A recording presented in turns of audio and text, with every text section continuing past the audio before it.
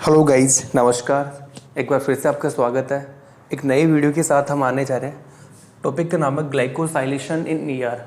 कैसे ग्लाइकोसाइलेशन के अंदर कैसे ईआर के अंदर ग्लाइकोसाइलेशन होता है, एंडोप्लाज्मिक रेटिकुलम के अंदर कैसे ग्लाइकोसाइलेशन होता है, आइए देखते हैं। तो सबसे पहले हमें पता होना चाहिए कि व्हाट इज़ ग्लाइकोसाइलेशन। तो ग्लाइकोसाइलेशन का मतलब क्या होता है? Attachment of carbohydrate on protein. अगर आप प्रोटीन पे कार्बोहाइड्रेट को अटैच करते हो तो उसी को हम क्या बोलते हैं? उसी को हम बोलते हैं glycosylation, right.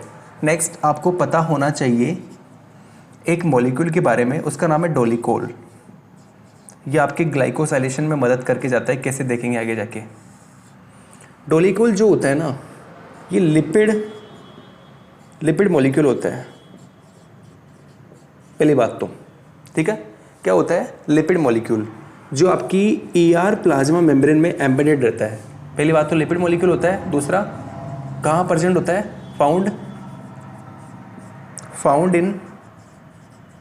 Found in ER plasma membrane. और ये कैसे होता है बताओ?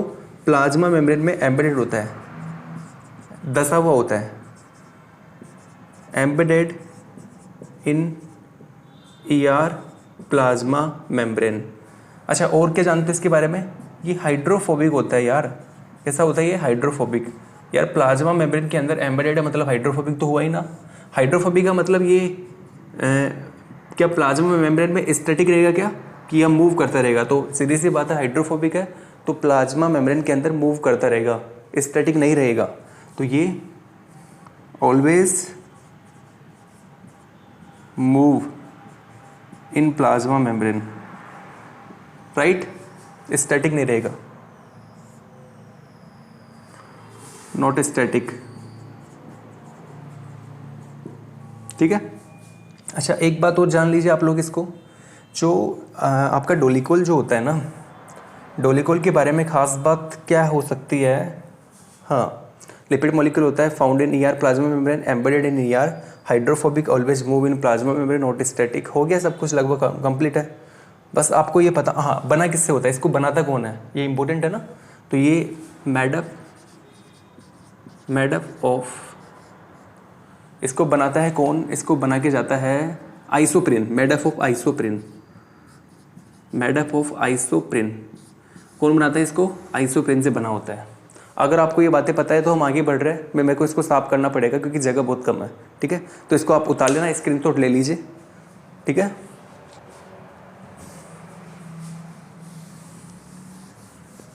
आइए आप देखते हैं कैसे ग्लाइकोसाइलेशन होता है।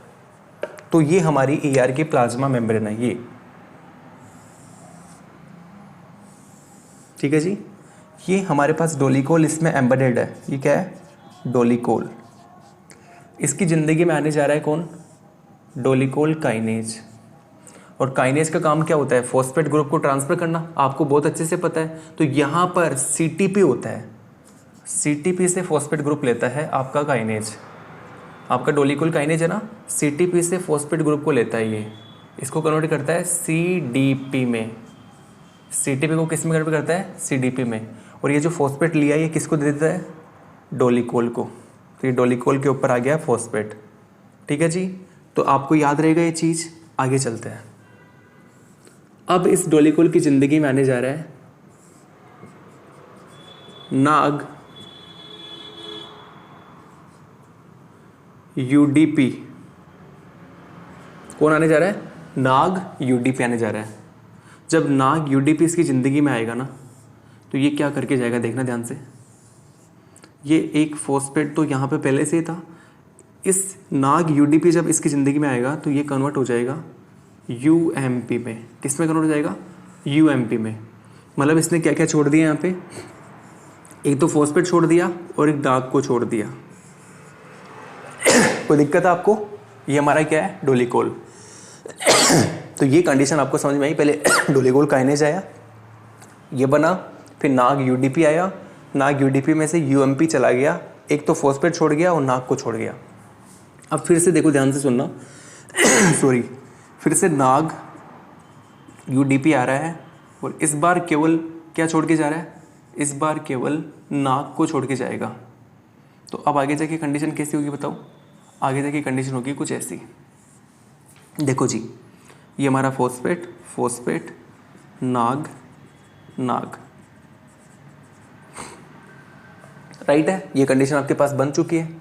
अब क्या होगा, ये तो हो चुका है सर, अब आएगा मैनोज। कौन आएगा? मनोज आएगा, मैनोज आएगा बच्चों, मैनोज, राइट। अब मैनोसाइट क्या नाम से उसका, हाँ मैनोज आएगा। और यहाँ पर ये कितने मैनोज लगा के जाएगा? 5 मैनोज लगा के जाएगा यहाँ पे, इस पे नीचे की तरफ। तो अब क्या होगा, देखो इसकी ज़िंदगी में क्या होने वाला बदलाव।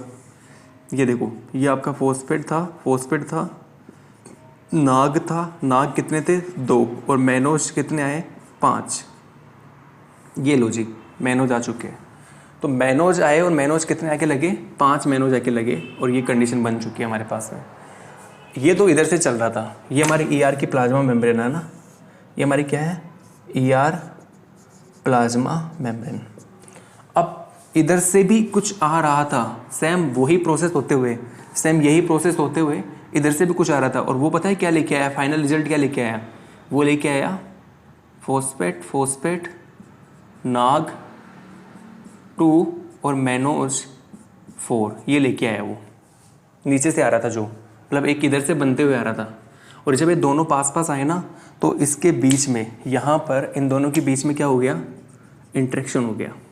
और जब इन दोनों के बीच में इंटरेक्शन हुआ तो एक फाइनल रिजल्ट बना। और फाइनल रिजल्ट क्या बना बताओ? फाइनल रिजल्ट को हम यहाँ बनाने जा रहे हैं। फाइनल रिजल्ट ये बना, फॉस्फेट नाग 2 और M क्या हो जाएगा बताओ? 5 और 4 9। ये बन गया फाइनल रिजल्ट हमारे पास। जैसे ही ये बना, ये हमारे पास बन चुका है फाइनल रिजल्ट, ठीक है जी, ये बन चुका है। अभी ये देखो, ये वही मेम्ब्रेन चल रही है, ये नीचे से मेम्ब्रेन भी आ रही थी एक ऐसे, और यहाँ पर भी वही सेम कंडीशन था, फॉस्फेट और नाग 2, ठीक है जी। इधर इसकी ज़िंदगी में आता है ग्लूकोज आता है इसकी ज़िंदगी में, सॉरी।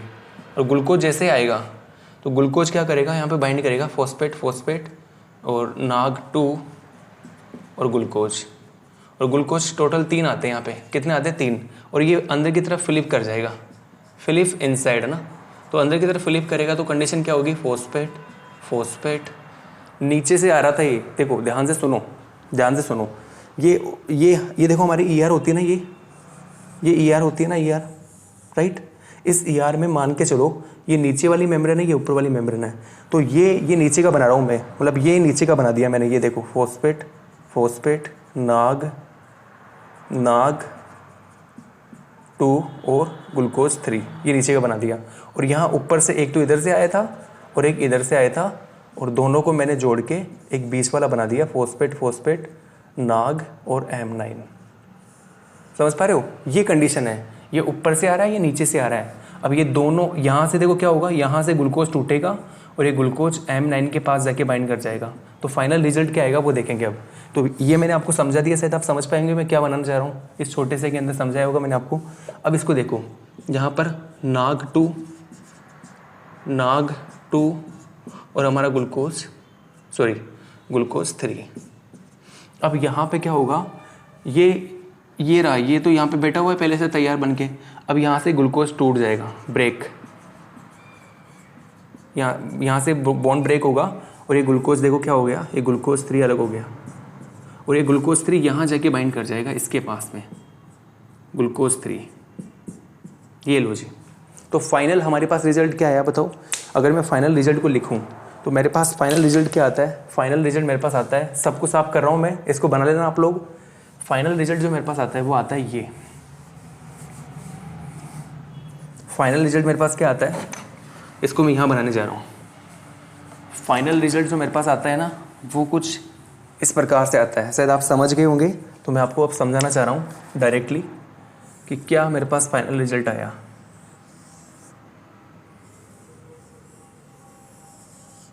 राइट। इसको थोड़ा बड़ा ही बनाते हैं यार, छोटे से काम नहीं चलेगा।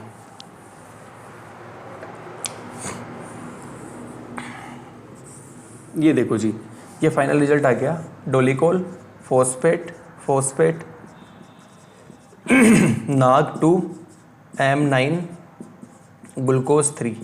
कैसे बना पूरा मैंने आपको समझा दिया ये। अब ध्यान से सुनना। अब यहाँ पे मेरे पास एक मिस फोल्डेड प्रोटीन था, यहाँ पर उसके पास एस्पार्जिनिन था, यहाँ पर एस्पार्जिनिन अमाइनो एसिड था N टर्मिनल पे, और इधर C टर्मिनल पे यहाँ पर लिखा हुआ था X, और यहाँ पे सिस्टीन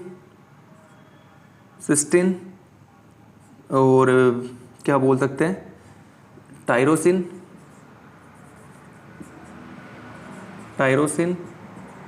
सिस्टीन और टायरोसिन, मतलब मिस फोल्डेड। ये देखो, ये मेरे पास ER के अंदर की बात चल रही है, ये ER के अंदर की बात चल रही है भाई, ये ER के अंदर की बात चल रही है। अब ध्यान सुनना, ER के अंदर की बात है।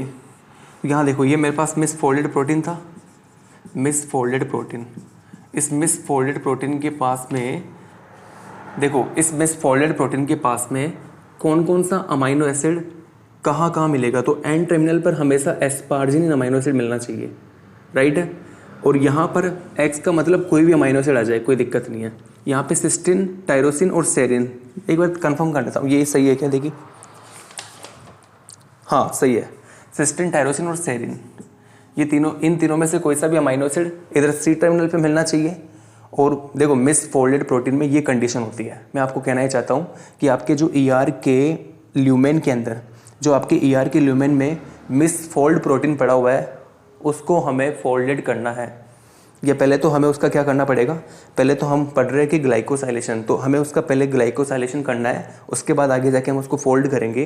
तो यहाँ पर जो मिस फोल्ड प्रोटीन होती है, उस मिस फोल्ड प्रोटीन के ऊपर ये सीक्वेंस होता है। ये सीक्वेंस का मतलब, मान के चलो कोई प्रोटीन है, उसके ऊपर यहाँ पर इधर इस तरफ N टर्मिनल पर एस्पार्जिनिन, बीच में X मतलब कोई भी अमाइनो एसिड हो सकता है, और यहाँ कॉर्नर पर सिस्टीन अमाइनो एसिड है। तो उस मिस फोल्ड प्रोटीन के ऊपर ही ये हमारा ट्रांसपोर्ट होगा। यहाँ से भी टूटेगा, देखना है, अभी इसको तोड़ूंगा, यहाँ से ये टूट जाएगा और ये जाके उस मिस फोल्ड प्रोटीन पे ही ट्रांसपोर्ट होगा।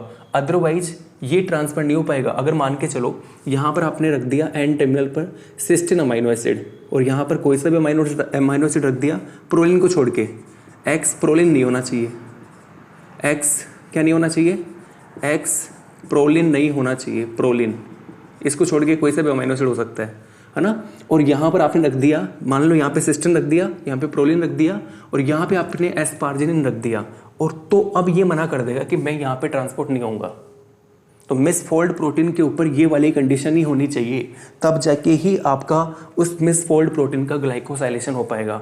आपसे कोई पूछ ले मिस फोल्ड प्रोटीन के ग्लाइकोसाइलेशन के लिए कौन कौन से अमाइनो एसिड की पोजीशन कहाँ होती है, तो इसको याद रख लो दिमाग में कि आपका एस्पार्जिनिन कहाँ होता है, इस N टर्मिनल पे, और बीच में कोई सा भी अमाइनो एसिड हो सकता है एक प्रोलिन को छोड़ के, और कॉर्नर पे C टर्मिनल पे या तो सिस्टीन मिलेगा, या टायरोसिन मिलेगा, या सेरिन अमाइनो एसिड मिलेगा, या तो सिस्टीन या टायरोसिन या सेरिन अमाइनो एसिड, राइट। इन तीनों में से कोई सा भी अमाइनो एसिड होगा, काम चल जाएगा, राइट। और यहाँ पर प्रोलिन के अलावा कोई सा भी अमाइनो एसिड होगा, काम चल जाएगा, हो जाएगा ट्रांसपोर्ट, ग्लाइकोसाइलेशन हो जाएगा। यहाँ पर केवल एक ही अमाइनो एसिड होना चाहिए, वो है एस्पार्जिनिन। इसके अलावा कोई दूसरा हुआ, कहानी खत्म। अब इसको एग्जाम्पल के थ्रू समझाएंगे आपको। अब ध्यान से सुनना, यहाँ से ब्रेक हो गया M9 और ग्लूकोज 3, ये तो कंडीशन है। अब ये यहाँ जाएगा और यहाँ जाके कहाँ बाइंड करेगा, यहाँ पे देखो, तो ये इधर गया और ये ऐसी कंडीशन हो गई, N टर्मिनल, ये C टर्मिनल, ये एस्पार्जिनिन, और यहाँ आके बाइंड कर गया आपका M9 और ग्लूकोज 3। और यहाँ पे मैं बोल देता हूँ, मान लो ये है एलानिन, है ना, और ये है सिस्टीन, ठीक है। ये इसको छोड़ो ना यार, इसको X से लिख दो आप, तो ये आपका X और ये आपका सिस्टीन, ठीक है। तो अब मुझे एक बात का जवाब दो, यहाँ पे टायरोसिन भी कर दो, टायरोसिन भी लिख दो, और यहाँ पे आप सेरिन भी लिख दो। तो मुझे एक बात का जवाब दो, क्या अभी मैंने ये जो ट्रांसपोर्ट किया है ये पॉसिबल है क्या? ये ग्लाइकोसाइलेशन पॉसिबल है क्या? तो आप कहोगे बिल्कुल पॉसिबल है सर। यहाँ पर देखो एन टर्मिनल पर एस्पार्जिनिन है, यहाँ पर एक्स मतलब आप कोई सा भी ले लो, और यहाँ पर सिस्टीन, टायरोसिन और सेरीन में से कुछ भी होगा, काम चल जाएगा। लेकिन मैं आपसे पूछता हूँ, मैंने यहाँ पे एक और मिसफोल्ड प्रोटीन देखा, मैंने इसी ल्यूमेन में एक और मिसफोल्ड प्रोटीन देखा, एन टर्मिनल, ये उसका सी टर्मिनल था। यहाँ पर मुझे मिला एस्पार्जिनिन अमाइनो एसिड, यहाँ पर मुझे मिला ग्लाइसिन, और यहाँ पर मुझे मिला टायरोसिन।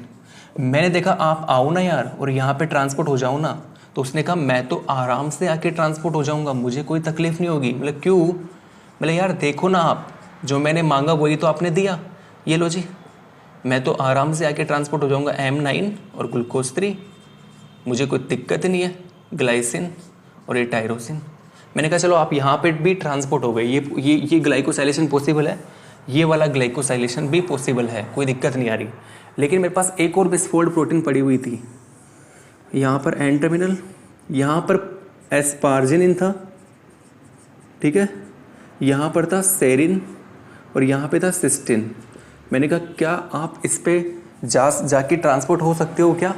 तो उसने कहा मुझे कोई तकलीफ़ नहीं है, मैं यहाँ पे जाऊँगा और इजीली ट्रांसपोर्ट हो जाऊँगा, देखो मुझे कोई तकलीफ़ नहीं है। मतलब क्यों? मतलब आपने जो मैंने जो कहा ना कि भैया मिसफोल्ड प्रोटीन पे ये कंडीशन होगी तो मैं ट्रांसपोर्ट हो जाऊँगा, तो यहाँ पर आपने वो कंडीशन दे रखी है मुझे। ये लो जी, M9 और ग्लूकोज 3, और ये आपका सेरिन और ये आपका सिस्टीन। मैंने कहा चलो ठीक है, आप यहाँ पर भी ट्रांसपोर्ट हो चुके हो, बहुत अच्छी बात है। मैंने कहा यार मेरे पास एक और प्रोटीन था, ये देखो कहाँ बनाऊँ। मैंने कहा मेरे पास एक और प्रोटीन था, उसमें ये कंडीशन थी, देखो ये उसका, ये तो पॉसिबल है, ये एन टर्मिनल है और ये उसका सी टर्मिनल था। यहाँ पर था एस्पार्जिनिन, यहाँ पर था प्रोलिन और यहाँ पर था सेरिन। मैंने कहा यार आप आओ ना M9 ग्लूकोज 3 और यहाँ पे ट्रांसपोर्ट हो जाओ। उसने कहा भैया मैं ट्रांसपोर्ट नहीं होऊंगा। मतलब क्यों? मतलब भाई देख तू, यहाँ पर एक्स जो है ना वो कुछ भी हो सकता है, कोई सा भी अमाइनो एसिड ले ले, बस प्रोलिन को छोड़ के। प्रोलिन नहीं होना चाहिए, तूने प्रोलिन ले लिया, मैं ट्रांसपोर्ट नहीं होऊंगा। ठीक है जी भैया। मैंने कहा चलो क्या आप यहाँ पे ट्रांसपोर्ट हो सकते हो क्या? यहाँ पर देखो ग्लूटामेट और एस्पार्जिनिन और सिस्टीन। उसने कहा यहाँ पर भी ट्रांसपोर्ट नहीं होऊंगा। मतलब क्यों? क्योंकि भैया यहाँ पे ग्लूटामेट क्यों लिया आपने? यहाँ पर केवल एक ही अमाइनो एसिड हो सकता है, उसका नाम है एस्पार्जिनिन, तो इस पर ट्रांसपोर्ट नहीं होऊंगा मैं। तो आप समझ पा रहे हो कि ग्लाइकोसाइलेशन केवल किस मिसफोल्ड प्रोटीन का होगा? समझ पा रहे हो आप लोग? जिसपे ये वाला सीक्वेंस होगा अमाइनो एसिड का, केवल उसी मिसफोल्ड प्रोटीन का ग्लाइकोसाइलेशन होगा, अदरवाइज प्रोटीन का ग्लाइकोसाइलेशन नहीं होगा। राइट? तो ये हमारा ग्लाइकोसाइलेशन आज कंप्लीट हुआ और आई थिंक आपको ये चीज़ समझ में आई होगी। अगर आपको अच्छा लगा तो लाइक करिए। अगले वीडियो में मिलते हैं, इसी टॉपिक को और बेहतरीन तरीके से समझेंगे। वैसे ये कंप्लीट हो चुका है, तो देखेंगे कुछ इसका एडवांस होगा तो उसको पढ़ेंगे, नहीं तो नया टॉपिक लेके आएंगे ना।